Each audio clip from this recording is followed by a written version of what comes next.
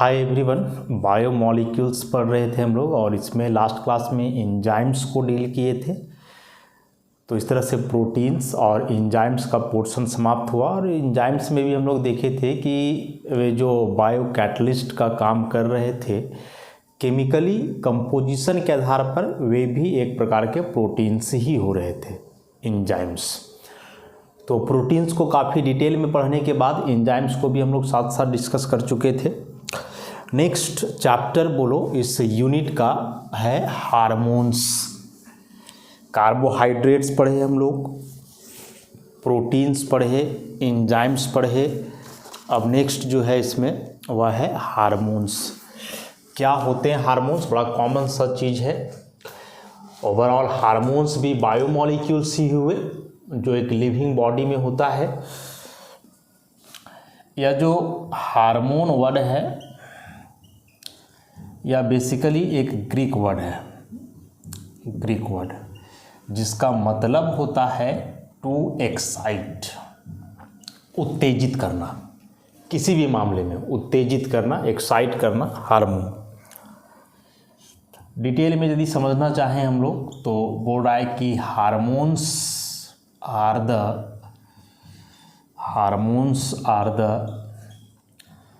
Organic compounds. Hormones are the organic compounds which are synthesized in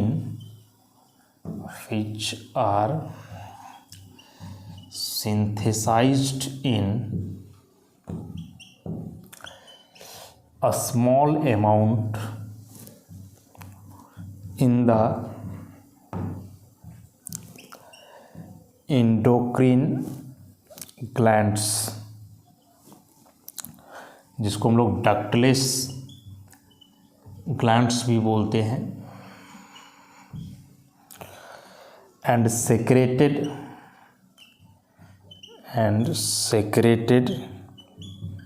into the blood stream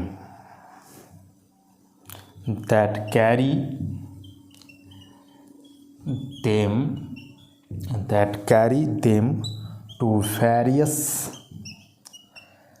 target tissues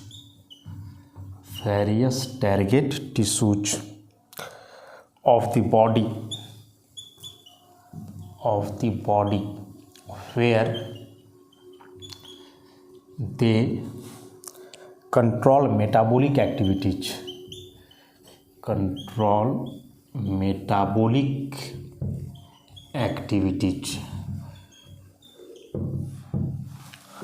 देखो, बहुत सारे biological terms आएंगे, तो पहले भी हम बताए हैं कि ये बायोलॉजिकल टर्म्स जो आएंगे उसको अच्छे से समझने के लिए आप गूगल का सहायता ले सकते हो। वहाँ फिगर वगैरह से दिखाएगा तो समझ में आता है अच्छे से। फिलहाल हम लोग डेफिनेशन की ओर बढ़ें तो बोल रहा हार्मोन्स भी ऑर्गेनिक कंपाउंड्स ही होते हैं। देख चुके हम लोग कि जितने बायोमॉलिक्यूल्स हैं ऑल आर ऑर्गेनिक कंपाउंड्स। कुछ इनऑर्गेनिक मैटर उसमें जुड़े होते हैं लेकिन वे पैरेंटली ऑर्गेनिक नेचर के ही हैं।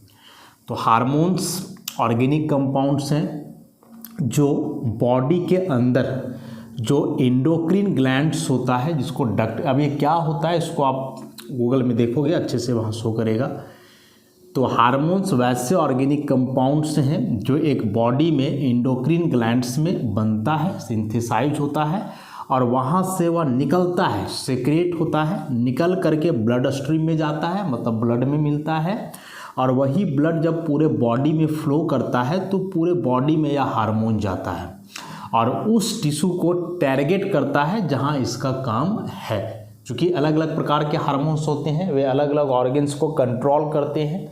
तो एक बार जो है इस ग्लैंड में हार्मोन का फॉर्मेशन हुआ, फिर वहाँ से वह हार्मोन निकल करके ब्लड में मिलेगा और चूँकि ब्लड ही पूरे बॉडी में हम लोग का सर्कुलेट करता है, फ्लो करता है, तो वह ब्लड के थ्रू ही बॉडी के अलग अलग पार्ट्स में जाएगा और वहाँ अपना फंक्शन करेगा जिस टिश्यूज़ को वह टारगेट करता है। कहने का मतलब कि जिस टिश्यूज़ को वह रेगुलेट करेगा, कंट्रोल करेगा, वहाँ जा करके अपना फंक्शन करता है।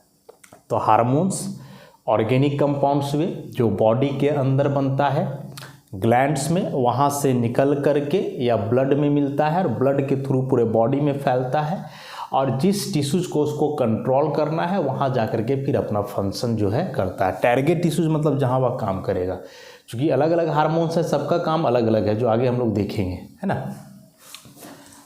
उसके बाद बोला है कि जो हार्मोन्स होते हैं they are chemical messenger, they are chemical messenger of the body. वे बॉडी के लिए केमिकल मैसेंजर का काम करते हैं। केमिकल मैसेंजर तो समझते हो ना, मैसेज को फॉरवर्ड करने वाला। तो केमिकल मैसेंजर कहने का मतलब हुआ कि किसी भी चीज़ को आप देखें, देखने के बाद आपका बॉडी कैसा रिएक्ट करेगा उस चीज़ को देखने के बाद, यह चीज़ रेगुलेट होता है हार्मोन के द्वारा ही। कुछ भी अच्छा बुरा कुछ भी चीज़ आप देखें तो देखने के बाद आपका बॉडी किस प्रकार से रिएक्ट करेगा उसको देख करके यह कंट्रोल करता है हार्मोन। तो वह हार्मोन जो अलग अलग टाइप का है वो अलग अलग एक्टिविटी को कंट्रोल करता है। तो वहाँ से जो है आप वही करोगे जो हार्मोन आपको करने को बोलेगा, इसलिए इसको केमिकल मैसेंजर बोला जाता है। कि कुछ आप विजुअलाइज किए, देखने के बाद बॉडी अब क्या करना चाहेगा उस चीज़ को देख करके, ये हार्मोन के हाथ में है, हार्मोन उसको डिसाइड करता है। नेक्स्ट है hormones control cell and tissues growth. Cell और टिश्यू का जो ग्रोथ होता है वह भी हार्मोन्स के द्वारा ही कंट्रोल किया जाता है। कभी कभार देखोगे कि जब ट्यूमर वगैरह होता है लोगों को तो वहाँ सेल जो है ज़रूरत से ज़्यादा जो है उसका ग्रोथ हो जाता है, फिर वही ट्यूमर का रूप ले लेता है। तो उसमें हार्मोन की गड़बड़ी के चलते भी वैसा होता है। नहीं, कहीं ट्यूमर हो गया, माथा फूल गया, कहीं हाथ में कुछ हो गया, तो ट्यूमर हो जाने का मतलब कि सेल का अनवांटेड ग्रोथ। तो वह ग्रोथ जो सेल का अनवांटेड हो रहा है बेसिकली वहाँ हार्मोन्स की कमी की वजह से, क्योंकि हार्मोन्स ही सेल के ग्रोथ को कंट्रोल करता है। तो यदि सेल अनवांटेड रूप से ग्रो कर रहा है वहाँ, मतलब हार्मोन्स वहाँ वेल फंक्शन नहीं कर पा रहा है। उसके बाद और भी कई काम हैं। हार्ट बीट को कंट्रोल करता है, हार्ट बीट को भी कंट्रोल करता है। तो समझ लो कि हार्मोन्स कितने इसेंशियल चीज़ें हैं। हार्ट बीट जब बहुत तेज़ हो जाए या बहुत कम हो जाए तो दोनों केस में तो हार्ट अटैक होता है ना। और इस रेगुलर हार्ट बीट को कंट्रोल करता है कौन? हार्मोन्स। उसके बाद बोला ब्लड प्रेशर को भी कंट्रोल करता है, बीपी ब्लड प्रेशर को भी कंट्रोल करता है। उसके बाद किडनी वगैरह का जो फंक्शन है इसको भी कंट्रोल करता है, मतलब कई जो है।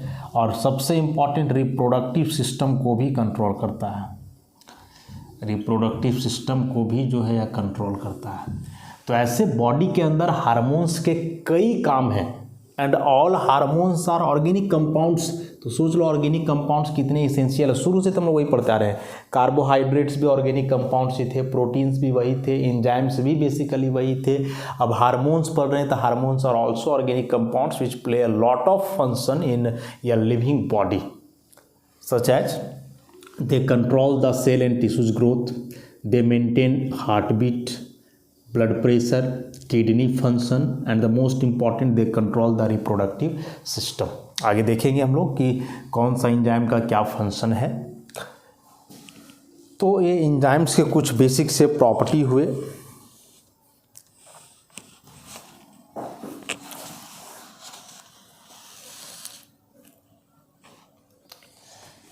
अब हार्मोन्स का बॉडी के अंदर यदि फंक्शन देखोगे कि कहाँ से वह हार्मोन्स निकल करके किस जगह पे जा करके क्या फंक्शन करता है, तो यह बहुत डिटेल में आप बायोलॉजी में समझोगे।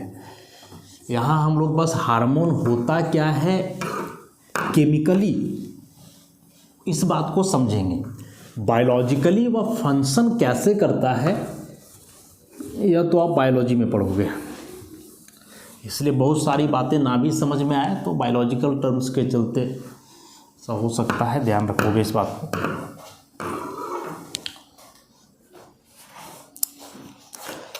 बोल रहा है कि जो मैमल्स होते हैं, स्तनधारी प्राणी, मनुष्य वगैरह, इन मैमल्स जो स्तनधारी प्राणी होते हैं, in mammals the the secretion of the hormones, the secretion of the hormones is controlled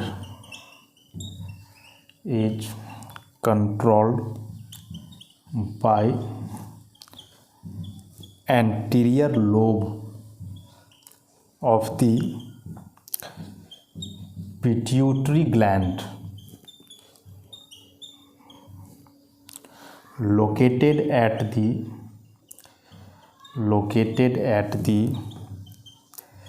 base of brain।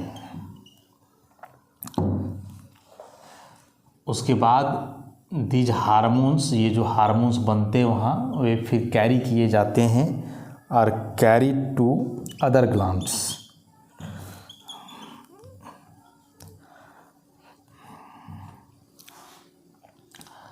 क्या बोल रहा है देखो कि मैमल्स में, मतलब हम मनुष्यों में जो हार्मोन्स सेक्रेट होता है, मतलब हार्मोन जहाँ बनता है, बनने के बाद जब वहाँ से निकलता है तो यह हार्मोन कंट्रोल किया जाता है। कहने का मतलब कि हार्मोन्स का सेक्रेशन ज़्यादा है या कम, या फिर यह हार्मोन्स उस टिश्यूज को कैसे अफेक्ट करेगा, यह कंट्रोल होता है पिट्यूटरी ग्लैंड में।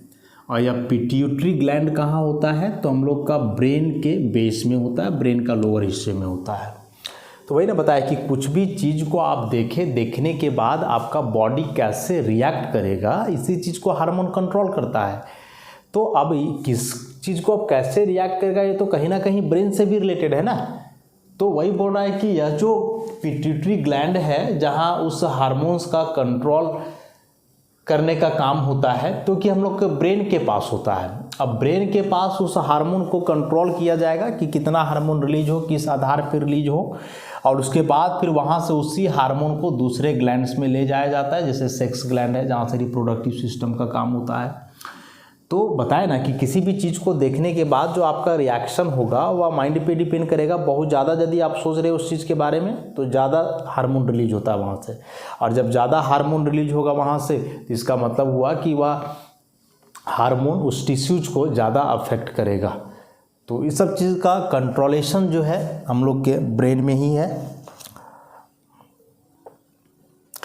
उसके बाद एक और इम्पॉर्टेंट पॉइंट है, बोल रहा है कि hormones are the biomolecules which produce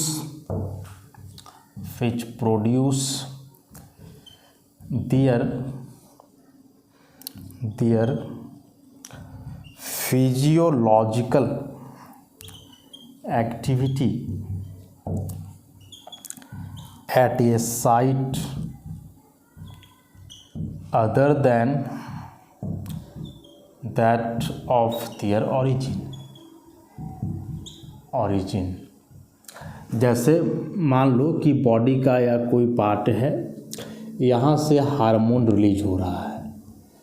अब बॉडी के इस पार्ट से यदि हार्मोन रिलीज हो रहा है तो यह हार्मोन फिर इसी टिश्यूज को अफेक्ट नहीं करेगा, इसका जो अब काम होगा वह दूसरे ऑर्गन की तरफ होगा।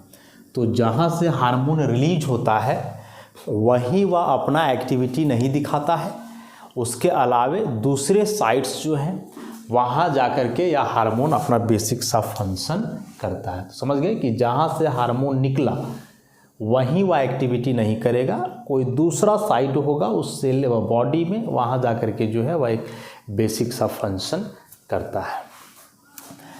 तो ये हार्मोन्स के बेसिक सा इंट्रोडक्शन हुआ कि हार्मोन्स हैं बायोमॉलिक्यूल्स ही, बॉडी के अंदर ही प्रोड्यूस होते हैं स्पेसिफिक ग्लैंड्स में, फंक्शन भी इनका बॉडी के अंदर है।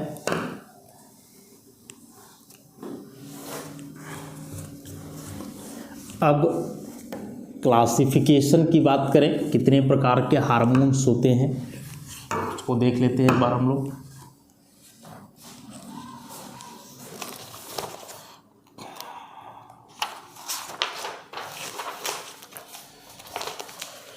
तो हार्मोन्स, सबसे पहले स्टेरॉयड हार्मोन, दूसरा non steroid, non steroids. Steroids में फिर दो आते हैं, एक हो गया सेक्स हार्मोन्स, दूसरा है एड्रेनल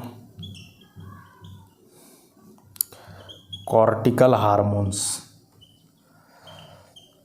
कॉर्टिकल हार्मोन्स इसका फिर दो क्लासिफिकेशन है,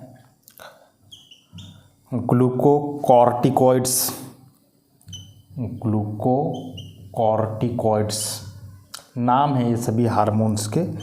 उसके बाद मिनरेलोकॉर्टिकॉइड्स, नहीं ग्लूकोकॉर्टिकॉइड्स और मिनरेलोकॉर्टिकॉइड। ग्लूको मतलब ग्लूकोज से रिलेटेड फंक्शन है, कोई मिनरल से रिलेटेड फंक्शन होना है।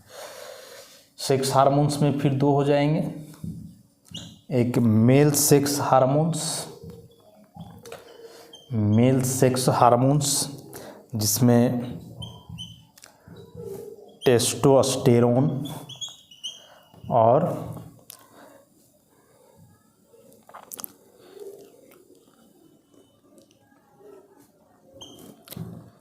एंड्रोस्टेरोन, ये दो आते हैं।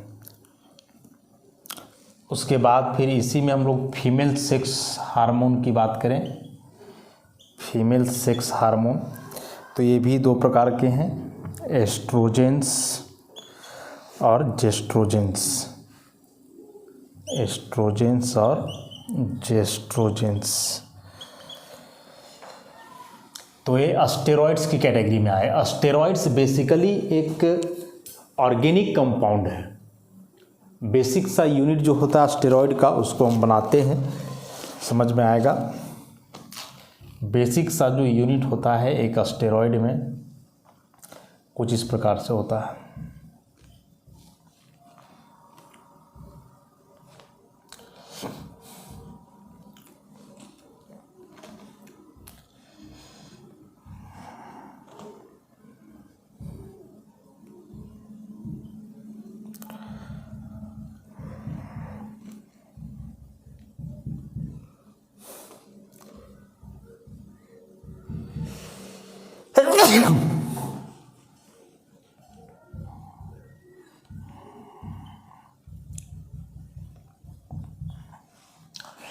देखो यह जो कंपाउंड है यह स्टेरॉइड का एक यूनिट है। जैसे बेंजीन एक बेसिक यूनिट है एरोमेटिक कैटेगरी में, अब इसी बेंजीन में OH लगा हुआ है तो इसी को बेंजीन का डेरिवेटिव बोलते हैं।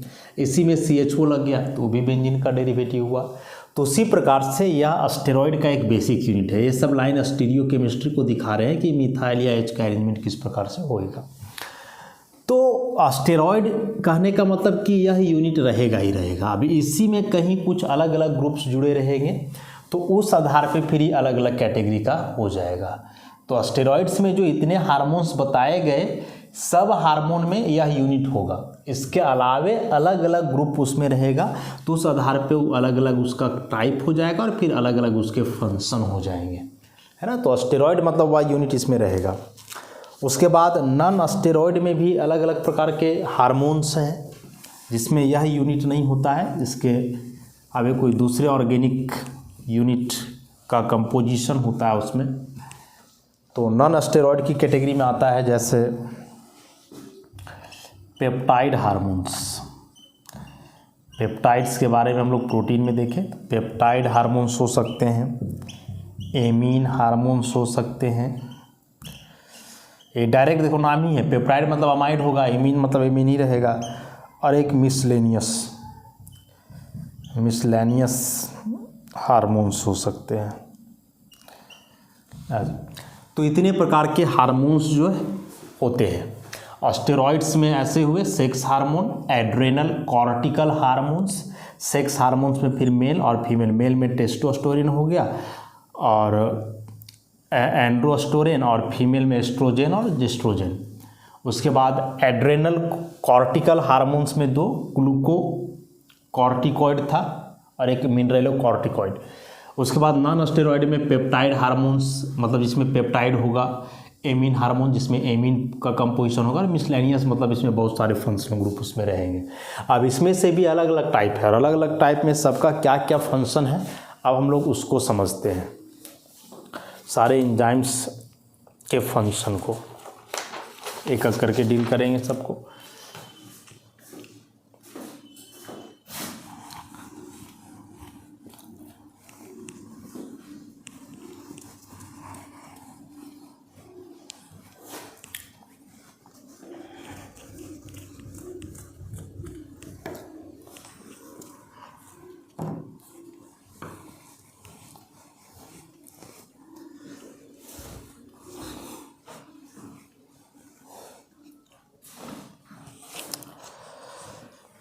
कुछ हार्मोन्स और उसके फंक्शन। सबसे पहले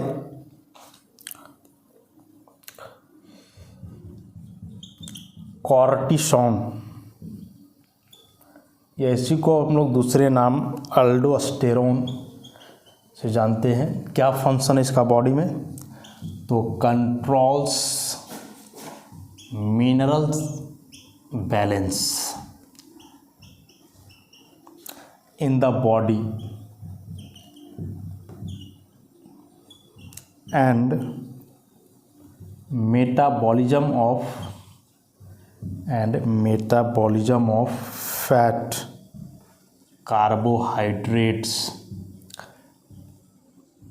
and proteins। तो यह जो हार्मोन है कॉर्टिसोन या अल्डोस्टेरोन, इसको हम लोग बोल रहे हैं, क्या कर रहा है, बॉडी में मिनरल्स को बैलेंस करता है। मिनरल्स तो किसी ना किसी सोर्स से बॉडी में जाता ही है हम लोग का।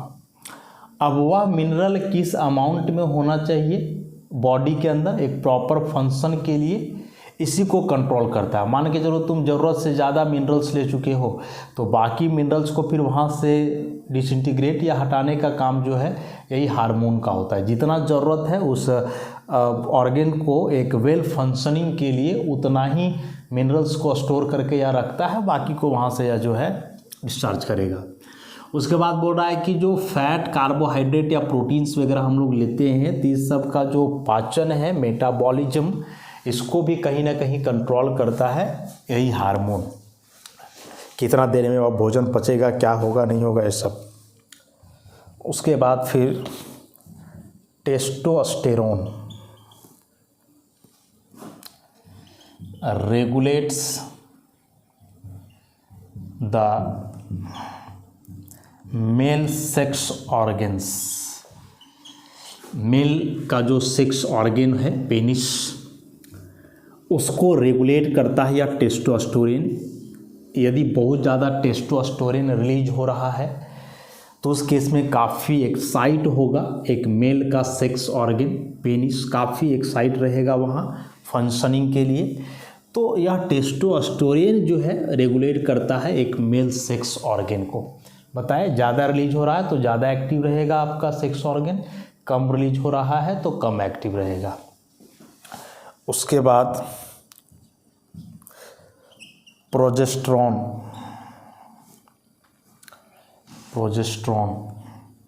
controls and development, controls the development and maintenance of pregnancy and maintenance of pregnancy। Pregnancy जो मेंटेन होता है एक फीमेल बॉडी के अंदर, उसको कंट्रोल करता है या प्रोजेस्टेरोन, प्रेगनेंसी से रिलेटेड मेन है। उसके बाद estrogen, maintain the normal function of female sex organ, maintain the normal function of female sex organ. जैसे मेल सेक्स ऑर्गन को रेगुलेट करता है टेस्टोस्टेरोन, उसी प्रकार से फीमेल सेक्स ऑर्गन को मेंटेन करता है कौन, या एस्ट्रोजन, और उसी में प्रेगनेंसी को फिर मेंटेन करता है या प्रोजेस्टेरोन। मेरे तो अलग अलग फंक्शन है। एग्जाम में इससे बहुत भी क्वेश्चन आया तो कोई कॉमन सा हार्मोन दे करके उसका फंक्शन ही पूछा जा सकता है, इससे ज़्यादा इससे कोई क्वेश्चन वगैरह बनता नहीं इस टॉपिक से। लेकिन एक इम्पॉर्टेंट बायोमॉलिक्यूल है, इसलिए इसके बारे में जानना काफ़ी ज़रूरी है।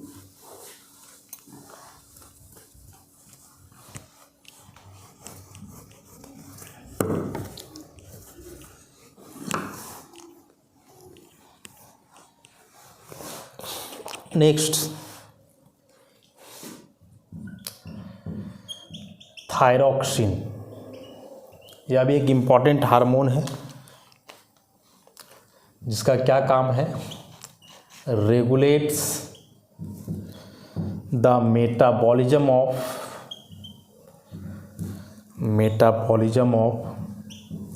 Lipid proteins and carbohydrates.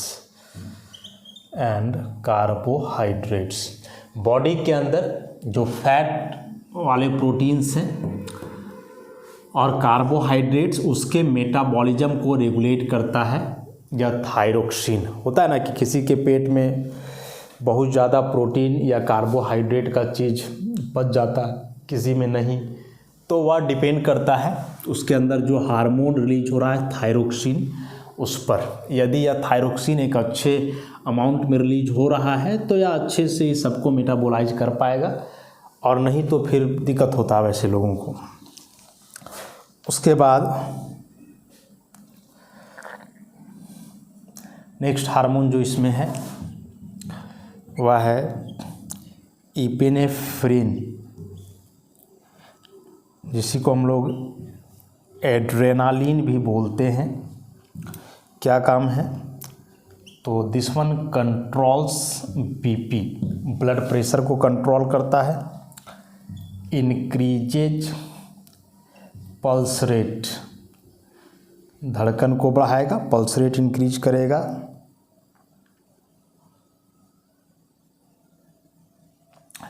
अब बोल रहा है कि जब कोई ह्यूमन स्ट्रेस में होता है, तनाव में होता है, तो स्ट्रेस के दरमियान ह्यूमन में जो ग्लाइकोजेन है, उस ग्लाइकोजेन से फैट और ग्लूकोज के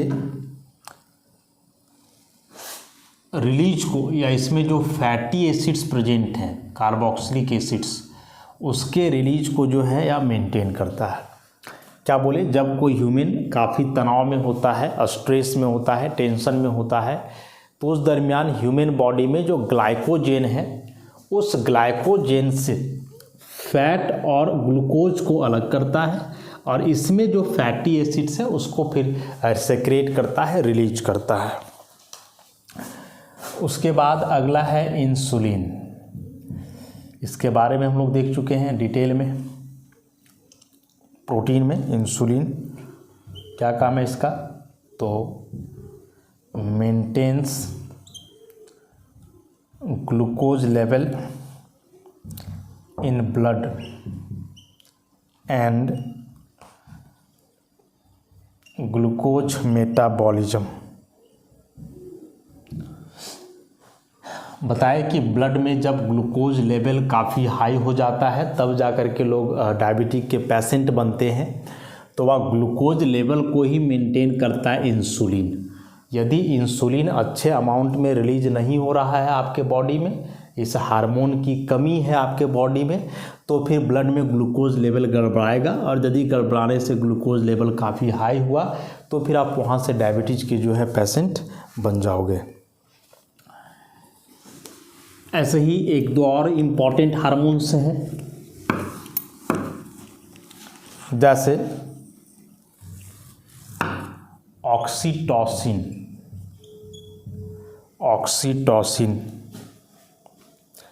क्या काम है, हेल्प्स टू रिलीज